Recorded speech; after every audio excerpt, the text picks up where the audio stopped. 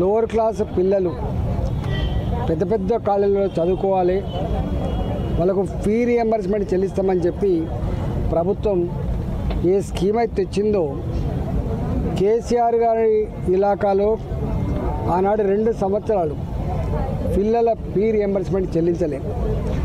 ఇవాళ ఈ రేవంత్ రెడ్డి సర్కార్ వచ్చిన తర్వాత దాదాపు 2 సంవత్సరాలు అవుతుంది. అంటే 4 సంవత్సరాలుగా ఫీ రియంబర్స్మెంట్ లేకపోవడం వల్ల పేరెంట్సే వాళ్ళ డిగ్రీలు పూర్తయి పై చదువులకు పోవాలన్నా ఏదైనా ఉద్యోగం కోసం పోవాలన్నా కూడా తల్లిదండ్రులే మళ్ళీ ఆ డబ్బులు కట్టి అప్పులు చేసి ఇవాళ బజార్లో పడే పరిస్థితి వచ్చింది.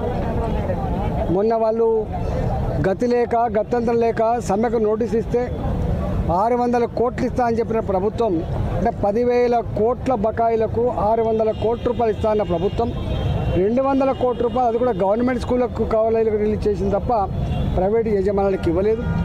ఇవాళ ప్రైవేటు కాలేజీలో పనిచేసే టీచర్లకు కూడా జీతభత్యాలు లేవు, అందులో పనిచేసే స్టాఫ్ కూడా జీతభత్యాలు లేవు. వాళ్ళ అటాచ్డ్ హాస్టల్స్లో ఇవాళ బోబెట్టలేని పరిస్థితి ఉంది. కాబట్టి తక్షణమే దృష్టి సారించమని చెప్పి డిమాండ్ చేస్తున్నాం. రెండవది, గవర్నమెంట్ స్కూల్ కాకుండా కొంత క్వాలిటీ ఎడ్యుకేషన్ ఇవ్వాలని చెప్పి రెసిడెన్షియల్ స్కూళ్ళలో, ప్రైవేట్ రెసిడెన్షియల్ స్కూళ్ళల్లో బెస్ట్ అవైలబుల్ స్కూళ్ళ పేరిట కొన్ని వేల మందికి అడ్మిషన్లు ఇస్తారు.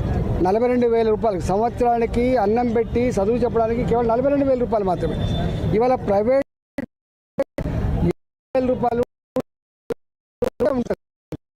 అవైలబుల్ స్కూళ్ళల్లో ఫీజు ప్లస్ భోజన ఖర్చు కలిపి 42,000 రూపాయలు.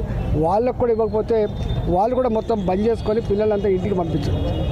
చివరికి ఎంత దిక్కుమాల ప్రభుత్వం అంటే గవర్నమెంట్ రెసిడెన్షియల్ స్కూళ్ళు, SC ST BC minority residential school కావచ్చు, హాస్టళ్ళు కావచ్చు, వాళ్ళకు డైట్ ఛార్జీలు చెల్లించకపోతే వాళ్ళకు సప్లై చేసినటువంటి వాళ్ళు ఎవరైతే ఉన్నారో వాళ్ళు మొత్తం కలెక్టరేట్ల ముందట దీక్ష నిరసన చెప్పడము, మొత్తం పిల్లలకి బోబెట్టు బంద్ చేసి వాళ్ళు ఉద్యమాలు చేసే పరిస్థితి వచ్చిందంటే ఎంత దిక్కుమల్ల ప్రభుత్వం మనకు అర్థమవుతా ఉంది.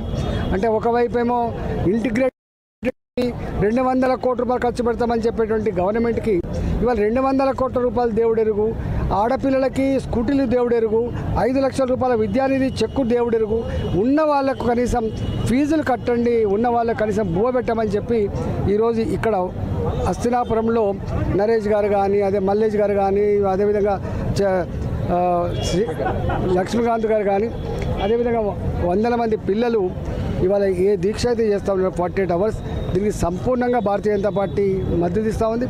మేము కూడా సపోర్ట్ చేస్తున్నాం. గతంలో అనేక సార్లు అనేక సంఘాలుగా